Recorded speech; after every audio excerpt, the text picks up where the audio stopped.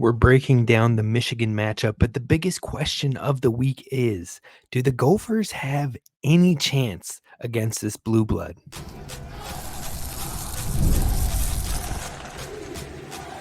You are Locked On Golden Gophers, your daily podcast on the Minnesota Golden Gophers, part of the Locked On Podcast Network, your team every day.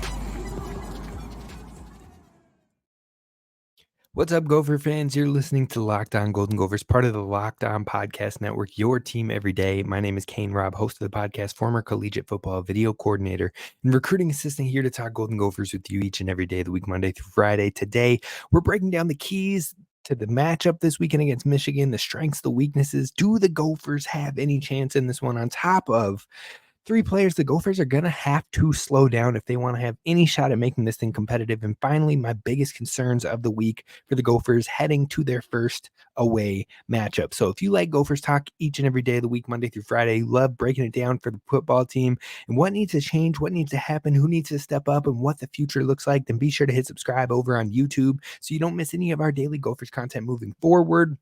Also, be sure to follow wherever you get your podcasts at Locked On Golden Gophers. You can find us on Spotify, Apple Pods, iTunes, Stitcher, you name it. You'll find us at Locked On Golden Gophers. Please leave a 5-star review wherever you get the podcast to help others find the show.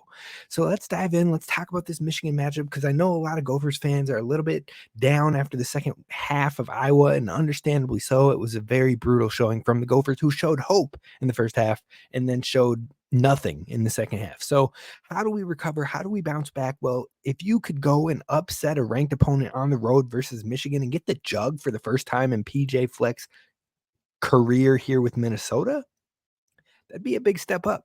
That'd be a big shock factor. That'd be a big win for this program, and that'd be a big way to get back in the fight when it comes to the Gophers and their 2024 season. So can that happen? Well, we're going to talk about the make or breaks. We're going to talk about the strengths and weaknesses of Michigan, and if that is at all a possibility. Now, when you're looking at this Michigan Wolverines team, you're looking at a team that had the best defense in the nation last season and returns 9 big-time players once again. And of those 9 players, you're looking at guys like Will Johnson, who had 27 tackles, 4 pass breakups, 4 interceptions last year.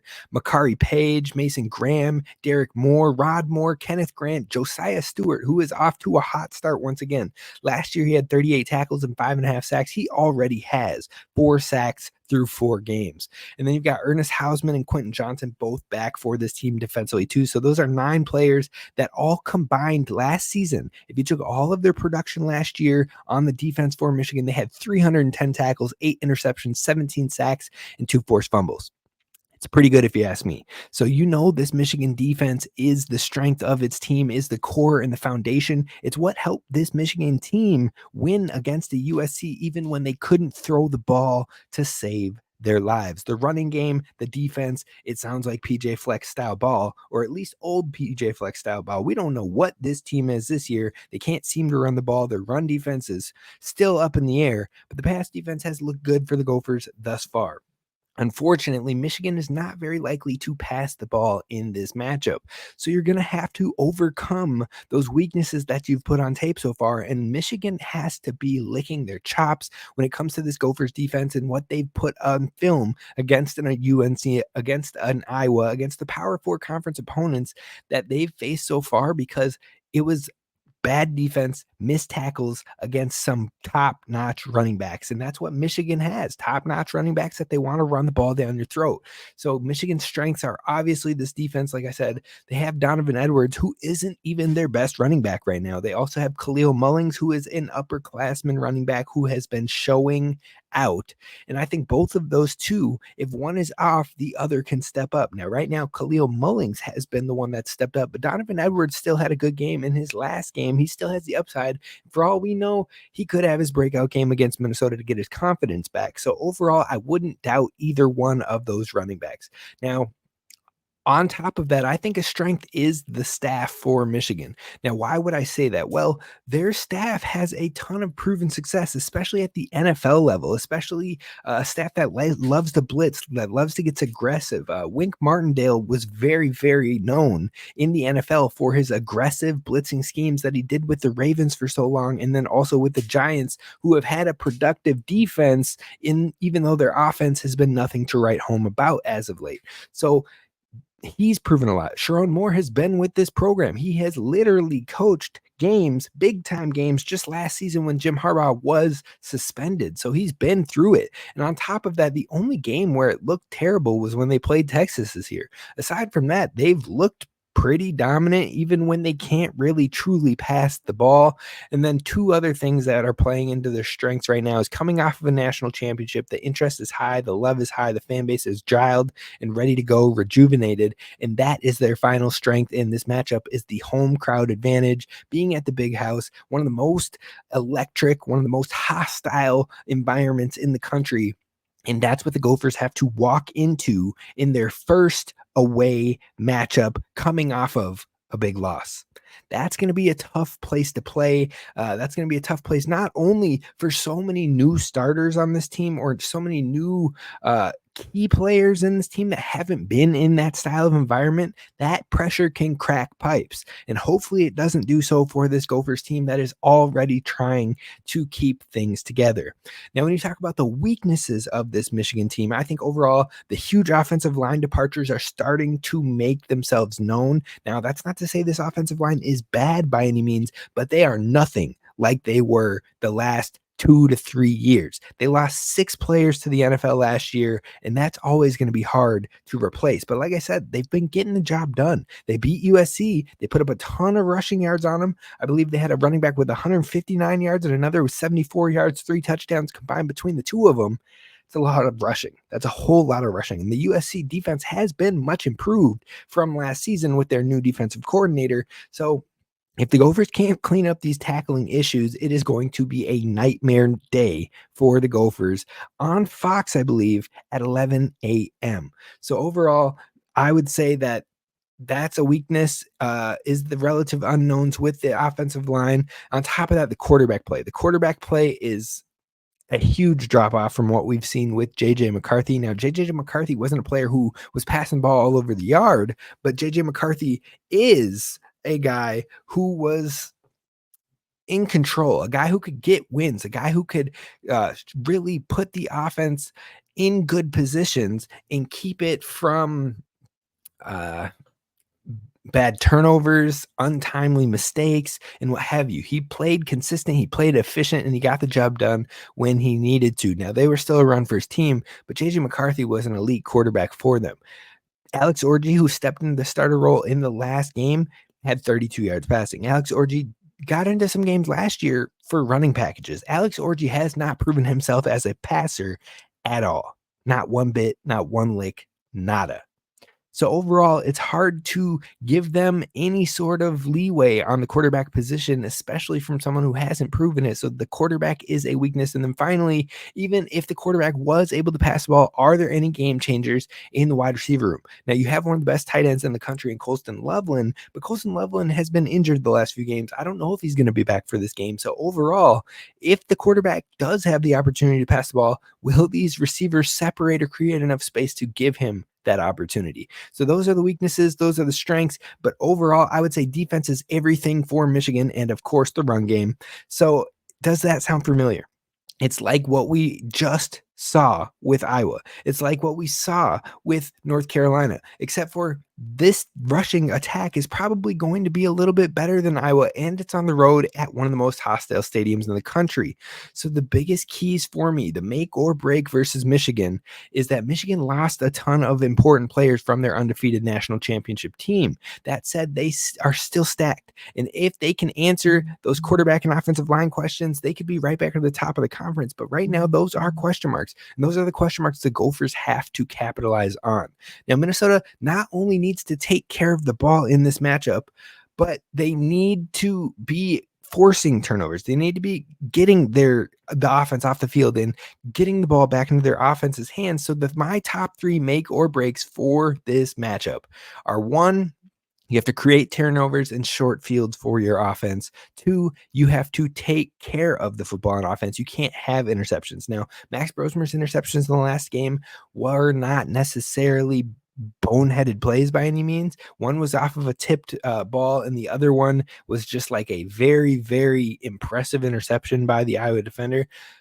But you can't have interceptions in this matchup, especially to Will Johnson, who has been a home run threat for them in his season so far. So you got to take care of the ball on offense. You have to create turnovers and short fields on defense. And then finally, you have to play to win the game. You cannot be conservative. You cannot play to lose by less. Take the shots and take the risks. You have to do it in this matchup, or you will not win.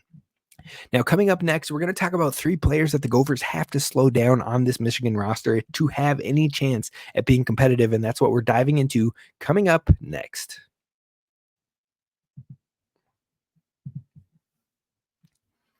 First, I want to talk to you about Roy, which is definitely time to highlight my Roy Player of the Week. Now, Roy is the new player or new platform that lets fans make contributions directly to their favorite athletes, and you can download Roy on iOS or Android and enter referral code Locked On, and you'll automatically be entered into a sweepstakes to win $5,000 in cash with no purchase necessary, void where prohibited. But this week, I have selected none other than Daniel Jackson as my player of the week. And that's because Daniel Jackson had his pop-off game. He had 112 yards receiving, 9 receptions, 12 targets. He was the difference for the Gophers, and he was a huge player for the Gophers to generate momentum and movement and get the offense going throughout this game, in a game that ended up turning ugly. And I think without Daniel Jackson, that game could have been much worse. So overall, I think Daniel Jackson is that player, and I am going to give Daniel Jackson $100 on Roy.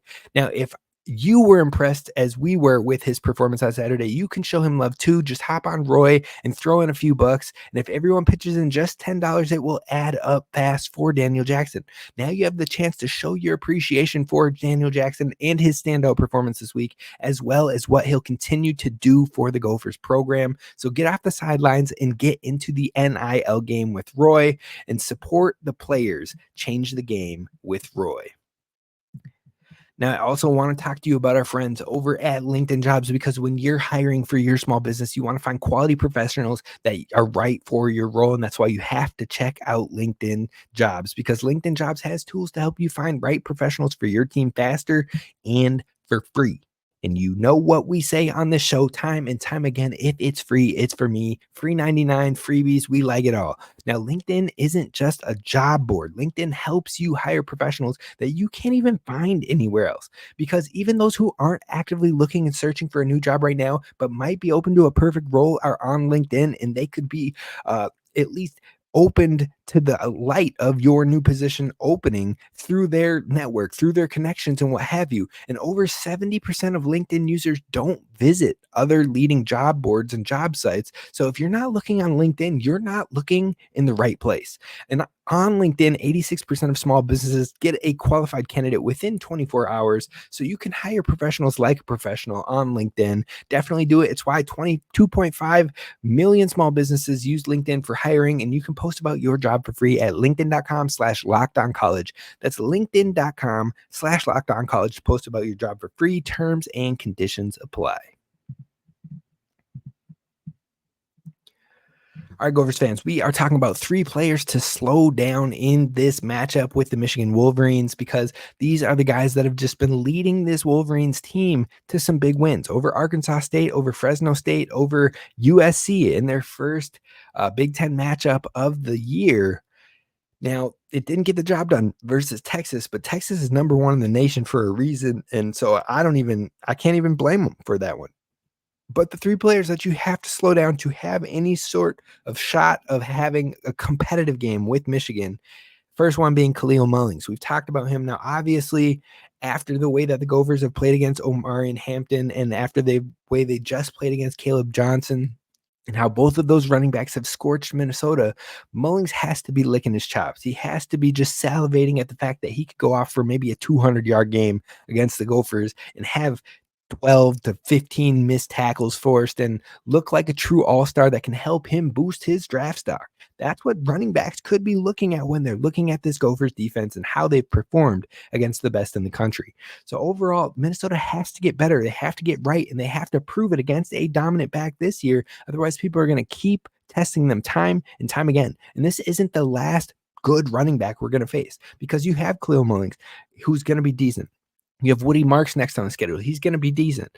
You have the TJ Harden with the UCLA Bruins. He'll be all right. But then later you've got Illinois, who's going to want to run the ball, and their quarterback can do it a little bit. You got to go against Kyle Monangai at Rutgers, who is going to pop off. You got Roman Hemby with the Maryland Terrapins. And then you've got the dual-headed monster at Penn State and Nick Singleton and Katron Allen. And then Wisconsin likes to run the ball too. So if the Minnesota can't prove that they can stop the run and stop having missed tackles and what have you, they're going to get gashed over and over. They're going to get over and over, and now is the time to try and prove it. So you have to avoid the yards after contact. And even if you slow him down, you have to also slow down the entirety of the run game. You can't just let his counterpart and Donovan Edwards go off, or the quarterback who has rushing assets go off as well. It all starts with Mullings, but you have to slow down this run game. Number 2 on the players you have to stop or at least slow down this weekend is Josiah Stewart. Now, one of the highest graded defenders in the entire country right now. Through 4 games, he has a 92.9 grade on PFF, which is the best of the best. It's elite. It is so dang good. And on top of that, he already has 4 sacks and a forced fumble on the season, along with 14 tackles as an edge rusher. So this guy is just popping off, and he is someone that you have to throw extra help on. You cannot just rely on one person to stop him. You're going to have to double team on him. You're going to have to throw a tight end on his side chip. You're going to have your running back chip out on him. Overall, this Gophers offensive line has not been at its best. And everyone knows that on our team, but also outside of this fan base, they have been seeing it on the film time and time again. They see where they can capitalize.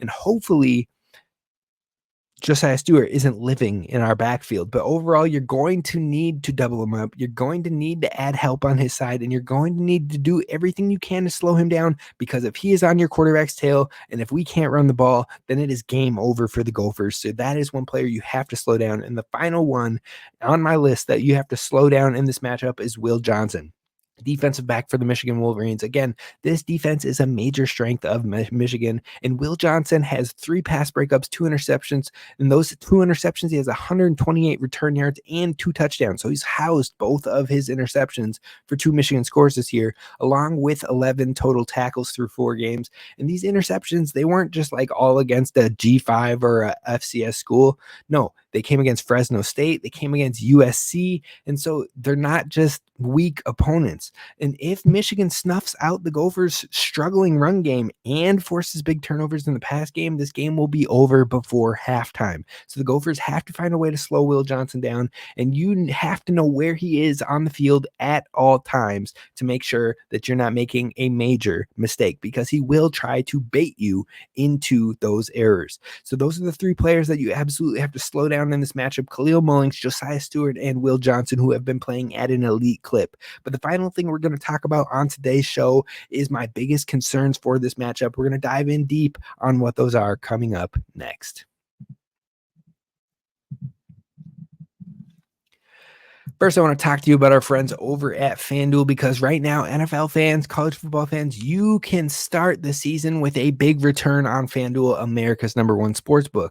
And so when you have a hunch in the middle of the game, you can check out the latest stats, view a live play-by-play, and so much more on the same page where you can place bets over at FanDuel Sportsbook. So you're going to want to do this, but on top of that, they have a major offer going on right now that you can take advantage of for a first-time offer. If you get started, all you have to do is place a $5 bet, and you will have a $200 in bonus bets guaranteed. So you put 5 down, you get 200 straight into your bank, straight into your pot to put in on even more opportunities and really bring those winnings home for yourself. So definitely give it a look over at FanDuel. Now, right now, I won't have Minnesota covering. I will not have Minnesota covering one bit. And so that's the one I would probably drop my $5 on. And I don't mean to be a negative Nancy when it comes to that, but I'm trying to get that free money. And you know what it is. If it's free, it's me. So $200 in bonus bets, you put a $5 bet down, you can cash in on that bet and get $200 in bonus bets when you visit FanDuel.com. FanDuel, official sportsbook of Locked On.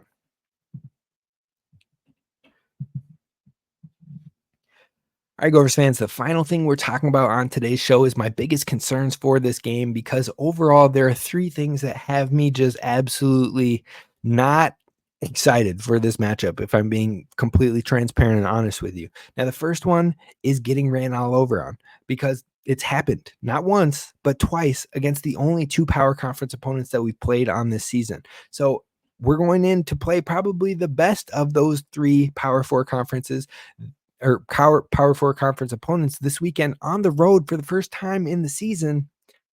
And it doesn't look good, doesn't feel good, and I have a lack of faith due to what I've seen on film so far. So I am extremely concerned that the Gophers are going to get ran all over on, whether it's Khalil Mullings, who has been a nightmare. He has forced 17 missed tackles on the season so far. He has like 5-point-something yards after contact. I mean, this dude has been a monster. 5.3 yards after contact. If Minnesota can't stop the run, it's going to be an ugly outing, and it starts with Khalil Mullings. But he's not the only one. Whereas Iowa really only had Caleb Johnson. UNC really only had Omarion Hampton.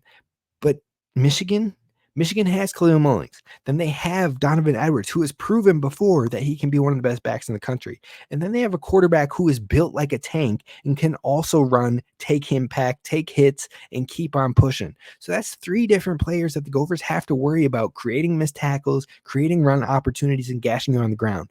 And that is what gives me nightmares in this matchup. So it's definitely my number one concern for the Gophers heading into this one. Now, my number two concern is the Gophers crumbling in their first road game and falling apart early. Now, why would I say that?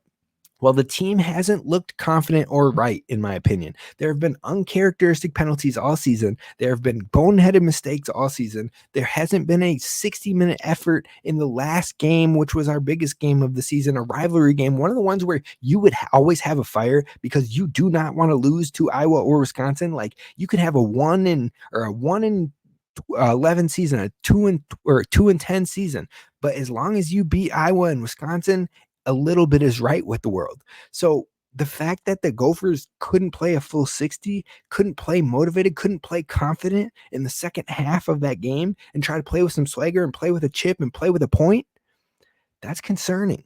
And so now you have those uncharacteristic penalties. You have those mistakes. You have a team that doesn't look fully confident on the field, and you're going on the road against a big-time opponent. That's a quick way to a demoralizing loss. And I could see a lack of effort or a lack of care, and seeing that this early in the season could lose all hope for the entire season. It could hurt team morale for the long term of the season, and that is what you would absolutely dread from this Gophers team.